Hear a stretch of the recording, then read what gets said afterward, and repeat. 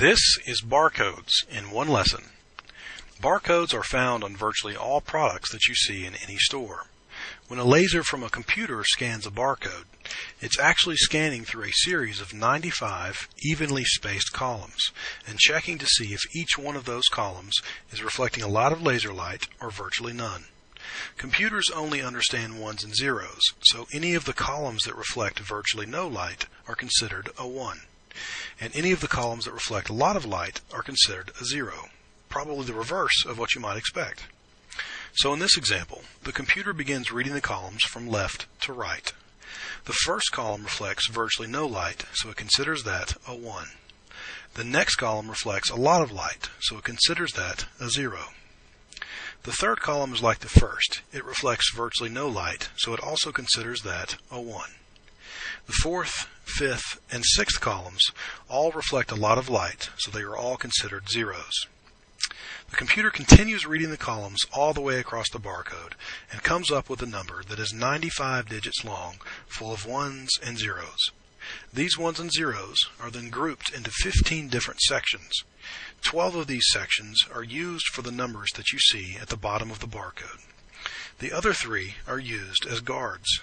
These guards let the computer know where the barcode begins and ends, and also where the 6 numbers on each side begin and end.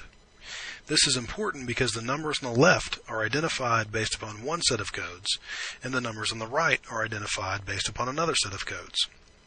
These codes are different because the computer needs to know whether it's reading the barcode from left to right, or whether the barcode is being read upside down. It figures that out based upon how many ones there are in the code for each digit. The codes on the left always have an odd number of ones, and the codes on the right always have an even number of ones. So if the computer reads an even number of ones on the left-hand side, it knows that the barcode is flipped upside down, and once it reads it, it can just flip the numbers around before processing them. Also, as an additional error check, all the codes on the left side begin with a 0 and end with a 1, and all the codes on the right side begin with a 1 and end with a 0. So in this case, we'll plug in the numbers above, and you'll see that those numbers are the exact same as the numbers below. But what do these numbers actually mean? Well, the first number on the left-hand side, the 0, which is outside of the actual barcode, tells us what type of barcode this is. A 0 is a standard barcode, a 2 is a weight item like fruit or meat, a 3 is a pharmacy item, and a 5 is a coupon. The next set of 5 numbers tells us who the manufacturer of the product is.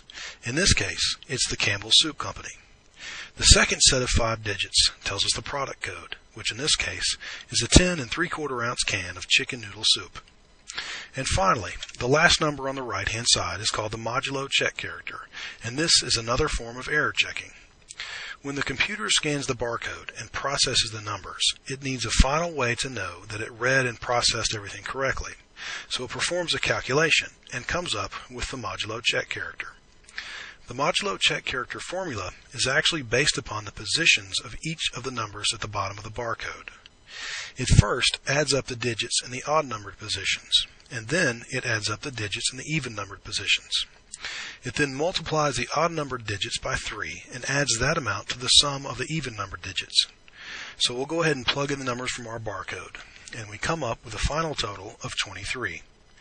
We then subtract the result of this formula from the next highest multiple of 10 to get the modulo check character.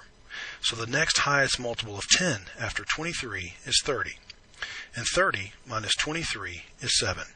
So we know that we have read the barcode correctly. So now you've learned barcodes in one lesson.